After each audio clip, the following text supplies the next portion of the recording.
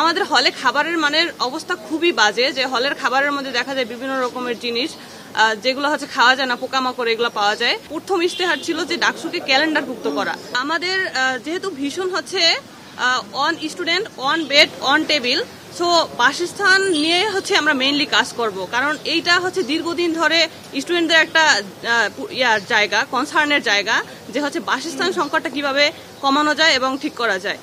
তো আগে দেখা গেছে যে দখলদারিত্বের যে রাজনীতি ছিল সেটার কারণে আরো এই যে সমস্যাটা আরো বেশি বেড়ে গেছে। তো এইটা কিভাবে কমানো যায় এবং হচ্ছে আমরা এরপরে যেই কাজটা করতে চাই সেটা হচ্ছে খাদ্যের পুষ্টিমানটা নিশ্চিত করা। আমাদের হলে খাবারের মানের অবস্থা খুবই বাজে, যে হলের খাবারের মধ্যে দেখা যায় বিভিন্ন রকমের জিনিস যেগুলো হচ্ছে খাওয়া যায় না, পোকামাকড় এগুলো পাওয়া যায়। তো এইগুলো নিয়ে আমরা কাজ করব। এরপর হচ্ছে আমাদের যে ইশতেহার, আমরা যে 14টা ইশতেহার রেখেছি তার মধ্যে আমাদের প্রথম ইশতেহার ছিল যে ডাকসুকে ক্যালেন্ডারভুক্ত করা। এই যে আমেজটা, উৎসব মুখর পরিবেশে ডাকসু হচ্ছে, এইটা যাতে প্রতি বছর আমরা করতে পারি, সেইটার আমরা যদি নির্বাচিত হই তাহলে এটার ব্যবস্থা অবশ্যই করব। এছাড়া হচ্ছে আমরা যদি গবেষণার কথা বলি, ঢাকা বিশ্ববিদ্যালয়ে কিন্তু হচ্ছে বিশ্বমানের যে গবেষণা সেটা নাই।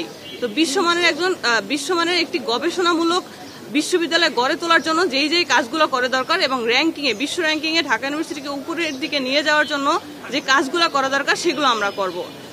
আমাদের ঢাকা বিশ্ববিদ্যালয়ে দেখা যায় যে একটা পুরনো লাইব্রেরি অনেক বছর আগে যেটা হচ্ছে নির্মাণ হয়েছিল, কিন্তু আমাদের যে এই লাইব্রেরিতে সিট সংকট দেখা যায় যে এত যদি আমরা পড়তে যেতে চাই তখন লাইন ধরে আমাদেরকে ওয়েট করতে হয় একটা সিটের জন্য, সকালবেলা ঘুম থেকে উঠে বসে থাকতে হয়।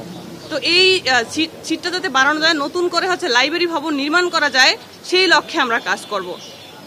এরপর যদি আমরা বলি স্বাস্থ্য ব্যবস্থাটা, ঢাকা ইউনিভার্সিটির দেখা যায় যে খাদ্যের মান তো খারাপই এবং স্বাস্থ্য যে ব্যবস্থাটা সেটাও কিন্তু ভালো না। আমাদের যে এখন মেডিকেল সেন্টারটা আছে সেটাকে আমরা নাপা সেন্টার বা প্যারাসিটামল সেন্টার বলে থাকি, মক করে বলে থাকে এটা। তো এইটাকে হচ্ছে আমরা সুন্দর করার এবং হচ্ছে কিভাবে হচ্ছে আমাদের ক্যাম্পাসে কিন্তু কোনো হচ্ছে মেডিসিনের যে দোকান বা হচ্ছে সহজলভ্য ব্যবস্থা সেটা কিন্তু পাওয়া যায় না। হলের বিভিন্ন জায়গায় যেখানে ভেন্ডিং মেশিন নাই, যেমন কলা ভবনের কমন রুমে এখানে যে ভেন্ডিং মেশিন বসানো আছে সেগুলো ভালো কাজ করতেছে না। এই জন্য আমরা হচ্ছে নতুন ভেন্ডিং মেশিন বসায় কিভাবে স্টুডেন্টদের মেয়েদের স্বাস্থ্যের ব্যবস্থা উন্নত করা যায় সেটা নিয়ে আমরা কাজ করব। আমাদের যে ক্যাম্পাসে নিরাপত্তা ব্যবস্থাটা সেটা খুবই দুর্বল। নারীদের জন্য, বিশেষ করে নারীদের জন্য ক্যাম্পাসটা হচ্ছে খুবই অনিরাপদ। আমি নিজেও অনেকবার হয়রানির শিকার হয়েছি।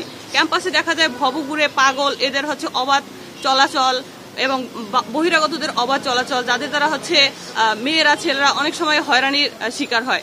সেই অবাধ নিয়ন্ত্রণটা কিভাবে, অবাধ চলাচলটা কিভাবে নিয়ন্ত্রণ করা যায় সেটা নিয়েও আমরা কাজ করব।